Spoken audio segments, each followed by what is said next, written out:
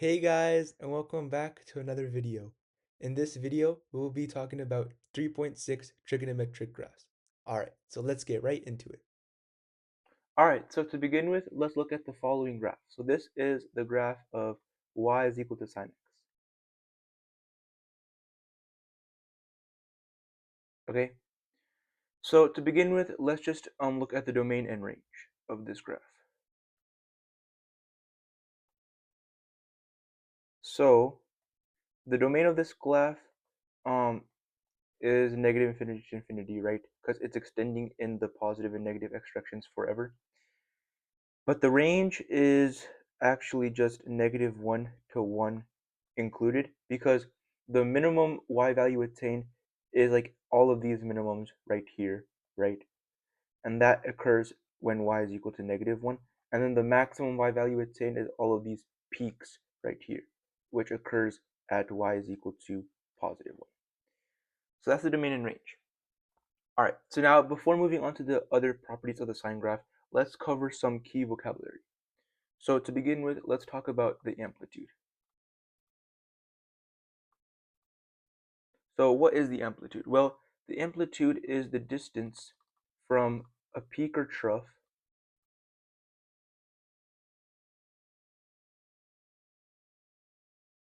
to the midline.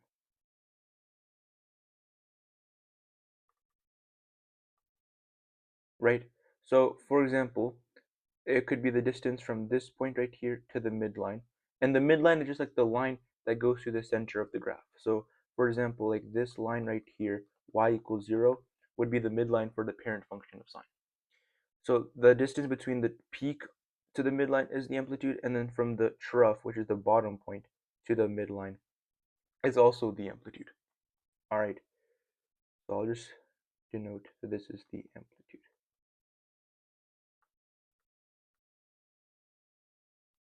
All right, cool.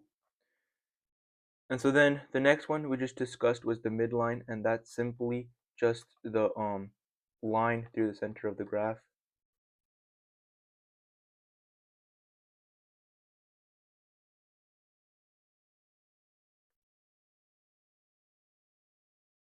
And then we have the phase shift. So a phase shift is essentially just a fancy term for a horizontal shift in the world of trig. So phase shift is essentially just a horizontal shift.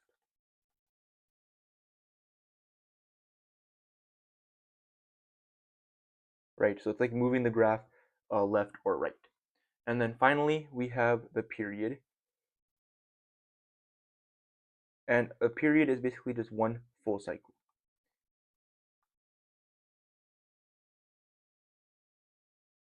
All right, so let's look at the period of this sine graph. So one full cycle, if we start at the origin right here, so that would be going all the way up and then coming down and then all the way right here. So a period of the sine graph is this section of the graph in between these two brackets. And I'll just tell you that this point right here occurs at 2 pi. So therefore the period, which we usually denote with a capital T, the period of the sine graph is equal to 2 pi. All right. And so a common misconception, like a common point of confusion for students involving period, is that some students may think that going from 0 all the way to this point right here is one full period. But the reason that's incorrect is because when we started our period, we were approaching the horizontal axis from the bottom, right? So we're approaching it this way. Whereas when we go at this point, we're approaching the horizontal axis from above. So that cannot be the correct period. So essentially, if you're ever calculating the period from like the midline to another, from like the midline point to another midline point, you always have to approach the graph from the same direction. So for example, here we started by approaching it from the bottom, so then we have to also end by approaching it from bottom. And that is one period. All right. So that's why the period is pi, or 2 pi. So that was the sine graph. So now let's look at cosine graph.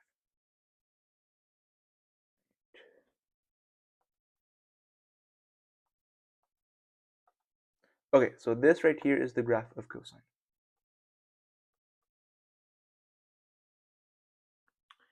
All right. So now let's look at its domain, range, and period. So the domain is the same as sine, right? Just negative infinity to infinity. And the range is also in the same, right? Because the maximum value attained occurs at y is equal to 1, and the minimum value attained occurs at y is equal to negative 1. And in fact, the period is also the same. And this brings up another way of calculating the period, right? So before we calculated the period as going from like on one point that lies on the x-axis to another point that lies on the x-axis. But for some graphs that may be inconvenient, for example, the cosine graph. So that's why we can also just calculate the period from going from one peak to another peak, or similarly going from one trough to another trough, right? So if we go from this peak right here to this peak right here, we're starting at 0, and then this value right here happens at x is equal to 2 pi. And so that's how we can find that the period of cosine is also 2 pi. All right? Yeah. And then the midline for cosine is also the line y is equal to 0. All right, cool. So now let's graph sine and cosine side by side and see how they look. Okay, so this red graph right here, this is sine, and the blue graph is cosine. So notice how it seems as if the sine graph is simply just a phase shift of the cosine graph, right? So it looks like if we just shift the sine graph over to the left some number of units, then we can just get the cosine graph. All right. And I will just tell you that if we shift it over pi over 2 units to the left, so that means that we're adding pi over 2 to the x, that's the phase shift needed to get cosine back. And to see this in action, let's come over here and graph this shift on sine.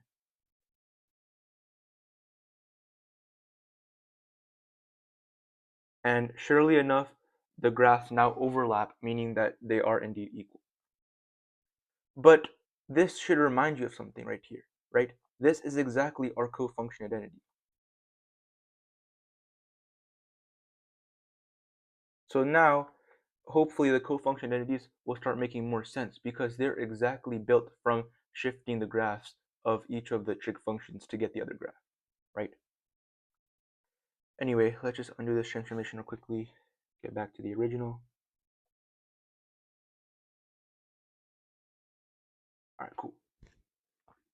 And then another thing I want to point out about the graphs is that notice how cosine starts its graph essentially at the extreme of value, right? It starts at like the maximum value, or if you reflect it, then it starts at its minimum value, right? Whereas sine always starts in the middle, right? It always starts at the origin. So that's like a good distinguisher to distinguish between cosine graphs and sine graphs is just to see where they start on the y-axis. All right. So now moving on to secant and cosecant. So let's begin with secant. So this graph right here is secant of x. And so let's do the same thing for this graph. Let's find the domain, range, and period. All right, so the domain of this graph is a little bit more complicated because, first of all, notice that we have asymptotes, right? So we have an asymptote right here, we have another asymptote right here, and then another one right here, and so on. So essentially, the way we define the domain for secant is essentially where x cannot equal. So essentially where the asymptotes occur. So I'll just tell you that this asymptote right here occurs at pi over 2, and then this one occurs at negative pi over 2. This one happens at negative 3 pi over 2, and so on. So notice how all of these seem to be some number times pi over 2, right? And so that's exactly what it is. It's just pi over 2 plus multiples of pi, integer multiples of pi, so where n is an integer. All right, so that's the domain of secant, and then the range is essentially, so notice how for the bottom part of the graph, you're going from negative infinity to this maximum value, which is at -1. And then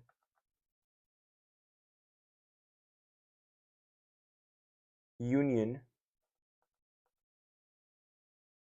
with 1 to positive infinity, right? Because you're going from here, which is at 1, to positive infinity. So essentially, the range of secant is the opposite of the range of sine or cosine, which should make sense, right? Because they're reciprocal functions of each other. And then the period. So for the period of secant, we define the period as one upwards opening curve and then one downward facing curve. So essentially, we're going from here, the asymptote, so negative pi over 2, to this asymptote over here, which is at 3 pi over 2. And so that is a period of 2 pi, right? So that's, so that's secant of x. All right, so now let's move on to cosecant of x.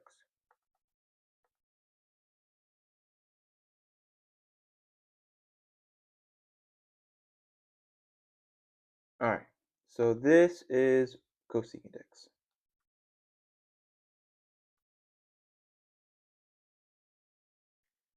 All right, so then again, let's find the domain, the range, and the period.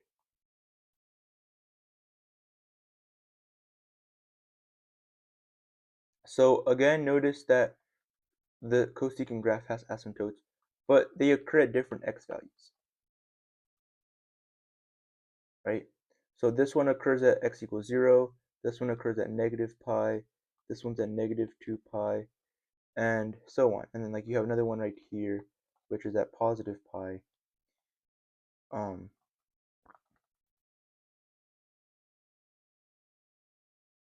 So essentially, it's at multiples of pi. So x cannot equal n pi, n being an integer. All right. So that's the domain. The range is the same as for secant, so just negative infinity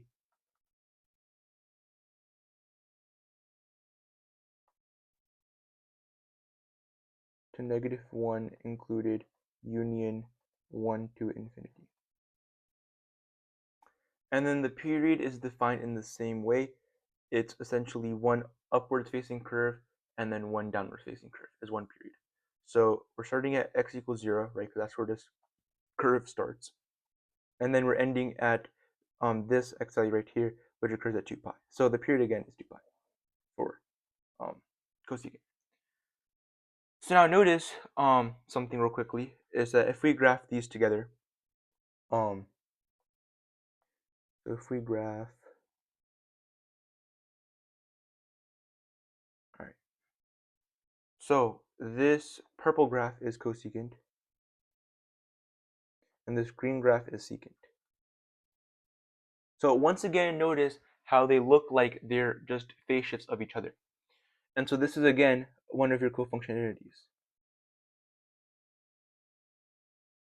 So if you have cosecant and you shift it to the left pi over 2 units, then you just get secant back, right? And that's that's more obvious when seen on a graph. So like I said before, these cofunction entities start making a lot more sense once you start graphing trig functions. All right. So now finally, let's move on to tangent and cotangent.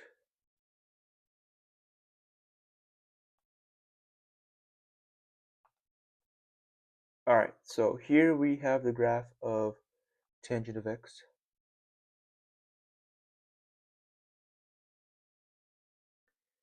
So once again, let's find the domain, the range, and the period.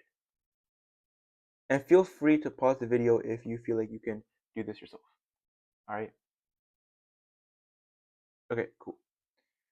So the domain of this tangent, so again, notice that you have asymptotes. So this asymptote right here occurs at negative pi over 2, and then you have another asymptote at negative 3 pi over 2, and so on. So therefore, the domain of tangent of x is the same as secant, namely x cannot equal pi over 2 plus integer multiples of pi.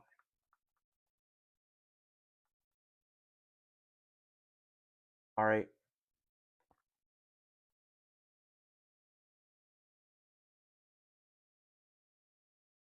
And then the range. So the graph is like going forever in the y direction in both directions, right? So the range is just all real numbers, so negative infinity to infinity. And then the period, all right, so the period for tangent is actually a bit different, right? So the period for tangent we define as just one of these curves. So therefore, so like this principal curve right here is going from negative pi over 2, and then this asymptote right here, that occurs at pi over 2, right? So then that means that one period of tangent is actually just pi, okay, not 2 pi. So this is like kind of like an outlier. So then looking at cotangent x next, you'll notice that it's like very similar to the tangent graph. So this is cotangent x, and it's essentially like a reflection of tangent x, right? So let's find the domain and range of this. So the domain, so here the asymptotes are again shifted over pi over 2 units. So again, once again, our cofunctionities at play. So for here, for this one, the domain is just x cannot equal integer multiples of pi.